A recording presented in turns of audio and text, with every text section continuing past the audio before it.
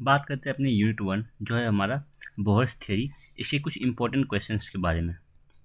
ठीक है, course code आप जानते हो BCHCT131। इसमें हमारा ये ब्लॉक 1 है, ब्लॉक 1 का यूनिट 1। ओके, जो रहने वाला हमारा बोहर्स थ्योरी। देखो हमने यूनिट में क्या पढ़ा था बेसिकली। अब जो डेल्टन्स के पांचों पोस्ट डेल्टन्स ने जो ये 5 पोस्टुलेट दिए हैं, ये प्रीवियस ईयर में पूछा जाता है। ठीक है, पर ऐसा नहीं है कि हमें ये आता नहीं है, हम ये 9th क्लास से पढ़ते आ रहे हैं। ठीक है ना, आई थिंक हाँ 9th क्लास में भी डेल्टन्स के पोस्टुलेट को पढ़ाया जाता है। बाकी आपने 11th 12th में तो अच्छे से पढ़ा होगा। तो डेल्टन्स के 5 पोस्टुलेट को आपको एज इट इज़ अच्छे से प्रिपेयर कर लेना है। ठीक है, उसके बाद आता है हमारा रदरफोर्ड। तो रदरफोर्ड के एक्सपेरिमेंट के बारे में आपको पूरा नॉलेज होना चाहिए। ठीक है ना, रदरफोर्ड ने क्या किया, कैसे किया, उन्होंने क्या बातें बताई, क्या उनके लिमिटेशंस रह गए। ठीक है ना, तो रदरफोर्ड के बारे में, रदरफोर्ड का लिमिटेशन और रदरफोर्ड का कंट्रीब्यूशन। ठीक है ना, एटॉमिक स्ट्रक्चर में रदरफोर्ड का क्या कंट्रीब्यूशन रहा। ठीक है, तो रदरफोर्ड के सारे कॉन्ट्रीब्यूशन याद रख लेने आपको, और उसके कुछ लिमिटेशंस रह गए थे जो हमारे बोर्स के द्वारा सॉल्व किए गए। ठीक है, फिर आपको याद रखना है बोर्स मॉडल, बोर्स ने क्या बताया। ठीक है ना,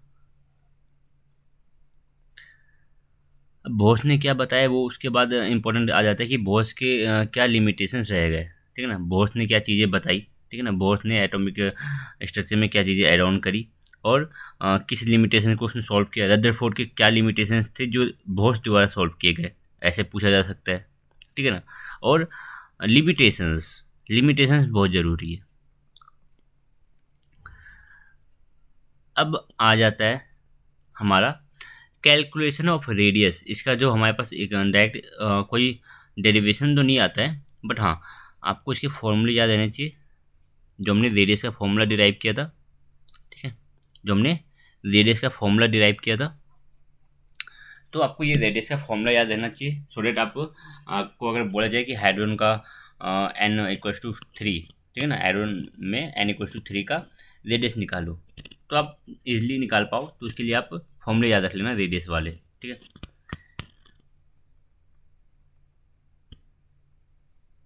और एनर्जी का भी। ठीक,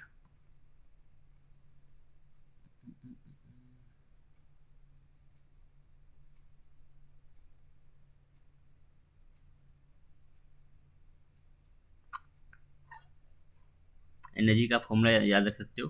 ठीक है, सो डेट इसके ऊपर आपको क्वेश्चन बन सकते हैं कि n=3 n=4 की एनर्जी आपको कैलकुलेट करनी बोली जा सकती है। ठीक है ना, बाकी रेडियस का तो आता है, रेडियस का तो प्रीवियस में आया हुआ है। ठीक है ना, कि रेडियस निकालो ऑर्बिटल्स के रेडियस कैलकुलेट करने का। ठीक है, हाँ डेरिवेशन नहीं आती है। ठीक है,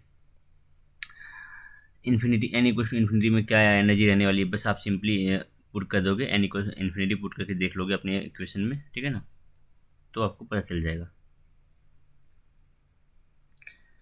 देन आपको स्पेक्ट्रम, स्पेक्ट्रम के ऊपर क्वेश्चंस थोड़े इंपॉर्टेंट बनते हैं। ठीक है ना, इसके ऊपर थोड़ा इंपॉर्टेंट क्वेश्चन आता है। क्वेश्चंस यही रहने वाले होते हैं कि हाइड्रोजन स्पेक्ट्रम में हाइड्रोजन स्पेक्ट्रम को समझाओ। ठीक है ना, हाइड्रोजन स्पेक्ट्रम को समझानी है, हाइड्रोजन स्पेक्ट्रम लाइंस को समझानी है। ठीक है ना,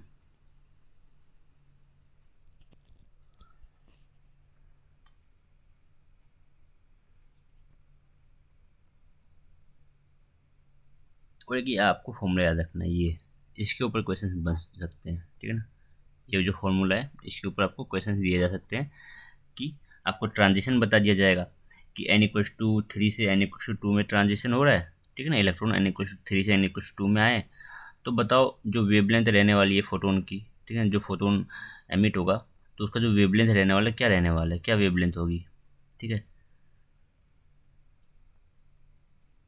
तो वेवलेंथ और वेव नंबर आपसे पूछा जा सकता है, जो ये फॉर्मूला हमें इजीली बता देता है। वैसे तो ये फॉर्मूला हम 11th में भी यूज़ करते हैं, बहुत नॉर्मल सा फॉर्मूला है। देन उसके बाद सेम चीज़ें हैं। ठीक है, बस इतनी बातें याद रखनी है। आर एच की वैल्यू आपको याद रख लेनी है। वैसे तो आर एच की वैल्यू आपको एग्जाम में दी रहेगी। ठीक है ना, लेकिन कोई बात नहीं, अगर आप याद भी रख लो कोई भी दिक्कत नहीं है। अगर ये हाइड्रोजन एटम के लिए नहीं पूछा जा रहा है, हाइड्रोजन एटम के लिए नहीं पूछा जा रहा है, किसी और एटम के लिए पूछा जा रहा है, तो यहाँ पे आप एडिशनल m कंसिडर कर लोगे उस एलिमेंट का, ठीक है ना। मान लो हीलियम का पूछ रहा है तो हीलियम का m रख देना, ठीक है। जनरली हाइड्रोजन हाइड्रोजन के लिए ही पूछा जाता है। हाँ, विजिबल कौन सी सीरीज विजिबल रीजन में लाई करती है? बाल्मर सीरीज, ठीक है। कौन सी सीरीज अल्ट्रावोलेट रीजन में लाई करती है? Lyman series. कौन सी सीरीज इंफ्रारेड रीजन में लाई करती है? सारी चीज़ आपको याद रखनी है, ठीक है। अगर ऐसा भी पूछा जा सकता है कि बताओ कि जो पास्चन सीरीज है, तो पास्चन सीरीज में ट्रांजिशन बताओ कहाँ से कहाँ तक होता है? तो n greater than 4, n greater than 4 से आती है n=4 में, ठीक है। ट्रांजिशन कहाँ से कहाँ होता है? n ग्रेटर देन 4 मीन्स 5 हो सकती है, n की वैल्यू 5 हो सकती है, 6 हो सकती है, 7 हो सकती है, 8 हो सकती है, कुछ भी हो सकती है। उससे इलेक्ट्रॉन कहाँ आएंगी? n=4 में आएंगी, तो हम बोलेंगे हाँ ये पास्चन सीरीज है, ठीक है ना। एंड सेम सबके लिए आपको ये चीज़ें याद रखनी पड़ेंगी। तो सिंपली बात याद रखनी है, लेमन सीरीज में सारा जो ट्रांजिशन होता है वो फाइनली आके वन n=1 में आती है। बाल्मर में n=2 में आती है ट्रांजिशन होके, ठीक है ना। और ब्रैकेट n=3 के करस्पॉन्डिंग काम करता है, और पास्चन n=4 के, और फंड n=5। इसके बाद आता है एक हम्फ्री सीरीज, ठीक है ना। हम्फ्री वो n=6 के अक्रॉस रहती है।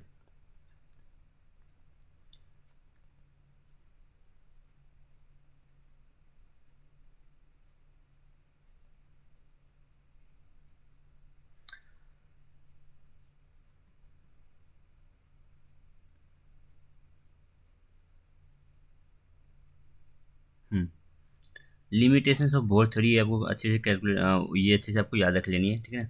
लिमिटेशंस ऑफ बोर थ्योरी आपको याद रख लेनी है, क्या लिमिटेशंस रही है इनकी, ठीक है। सोमरफेल्ड मॉडिफिकेशन आपको याद रखना है, और ये डायग्राम भी आपको अच्छे से याद रखना है, ठीक है ना, ताकि आप समझा पाओ सोमरफेल्ड ने क्या कहा। के यहाँ पे हमारा क्या है? के यहाँ पे हमारा है एजीमुथल क्वांटम नंबर, ठीक है। के यहाँ पे हमारा एजीमुथल क्वांटम नंबर है, जिसको हम फाइनली एल से डिनोट करते हैं, बट हाँ पहले हम इसको के से डिनोट करते थे, ठीक है।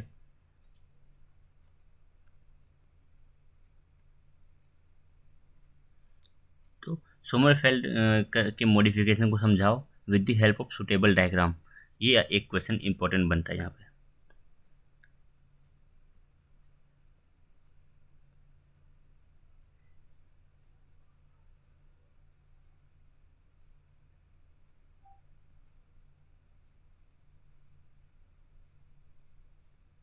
जीमैन्स इफेक्ट को आपको समझाने को आ सकता है, ठीक है।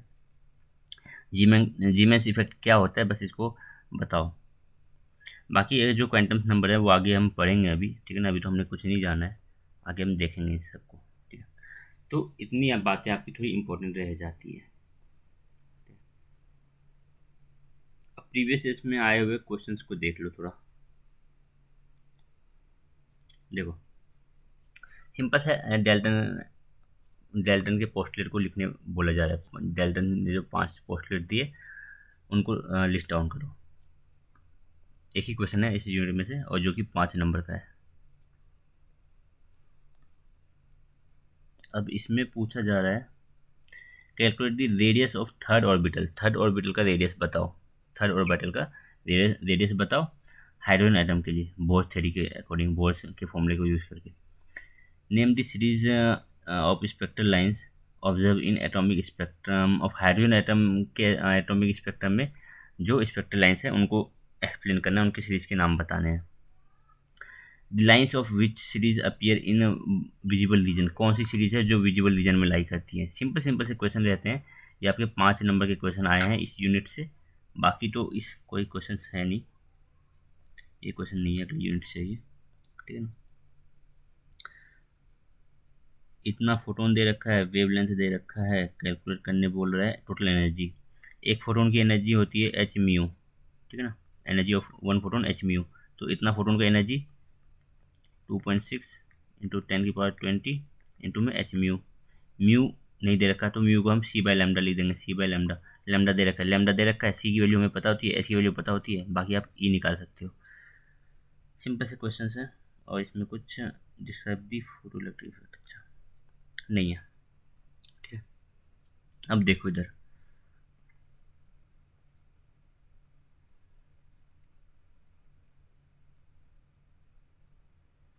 Three limitation of bore theory, only 3 limitation आपको यहाँ पे बताना है जो 3 नंबर के लिए है।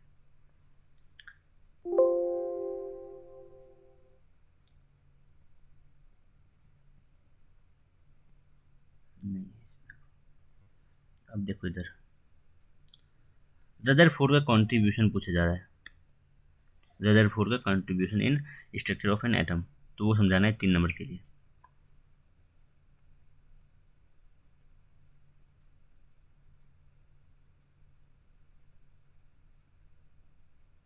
नीचे नहीं है इसके कोई क्वेश्चन, ठीक है ना, तो 3 नंबर का पूछा गया इस यूनिट से। अगला ये है, इसमें है questions,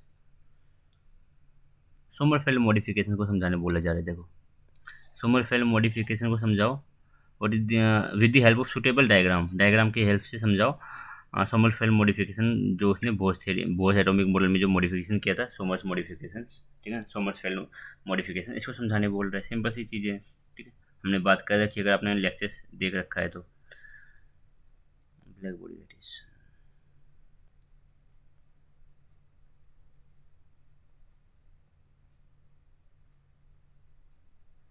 name the spectral lines of atomic spectrum of hydrogen which appears in visible region,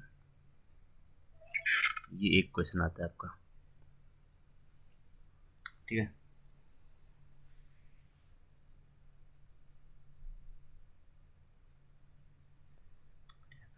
तो स्पेक्ट्रल लाइंस बोले जा रहा है, तो alpha H beta H gamma, ठीक है, और एच डेल्टा, ठीक है ना, ये 4 स्पेक्ट्रल लाइंस लाई करती है कहाँ पे, हाइड्रोजन के जो स्पेक्ट्रम, हाइड्रोजन स्पेक्ट्रम देखोगे, हाइड्रोजन स्पेक्ट्रम देखोगे, देखो अगर मैं दिखाना चाहूँ हाइड्रोजन स्पेक्ट्रम की, जब हम बात करते हैं ना, ये 4 स्पेक्ट्रल लाइंस जिसका नाम दिया गया अल्फा बीटा गामा डेल्टा, आपको विजिबल रीजन में लाई करेंगी। विजिबल रीजन में ये 4 स्पेक्ट्रल लाइंस लाई करती है, ठीक है ना, H alpha, H beta, H gamma और delta, alpha beta gamma delta, H alpha, H beta, H gamma, H delta, ये 4 स्पेक्ट्रल लाइंस विजिबल रीजन में लाई करती है, बाकी अदर रीजन्स में भी लाई करती है, ठीक है ना।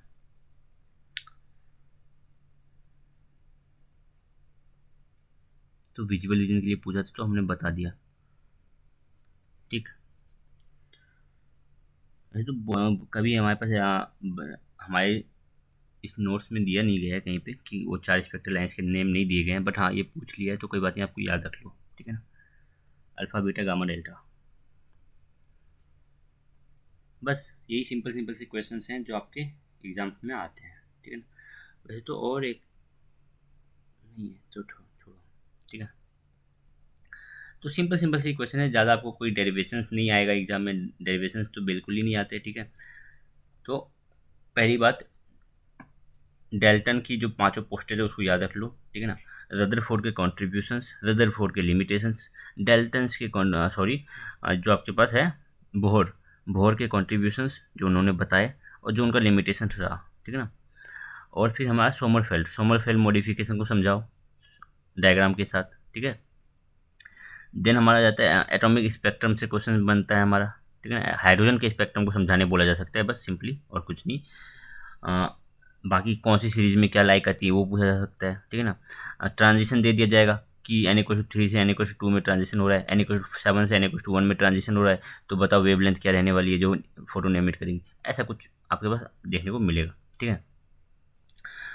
और फिर आपका क्वेश्चन बनता है कि एनर्जी का जो फॉर्मूला निकला था बोर्स का जो एनर्जी का फॉर्मूला था, ठीक है ना, बोर्स ने जो एनर्जी का फॉर्मूला दिया और जो रेडियस का फॉर्मूला आया बोर्स थ्योरी से, तो इन दोनों फॉर्मूले के ऊपर क्वेश्चन दिए जा सकते हैं, ठीक है ना। तो वैल्यू पुट करो, आंसर निकालो, सिंपल सा है, बस आपको क्या रहना चाहिए, फॉर्मूले याद रहने चाहिए, ठीक है। तो तीन ही फॉर्मूले बनते हैं, एक ये दोनों हो गए, एक फॉर्मूला हमारा बन जाता है 1/λ, ये तो बोलो वेव नंबर वाला, wave number equal to RH 1/R ये था आपका N1 RH 1/N1 minus 1/N2। ठीक है, ये फॉर्मूला आपको याद रहना चाहिए। ठीक है, तो हाँ, इसके अलावा कुछ नहीं है। ठीक है,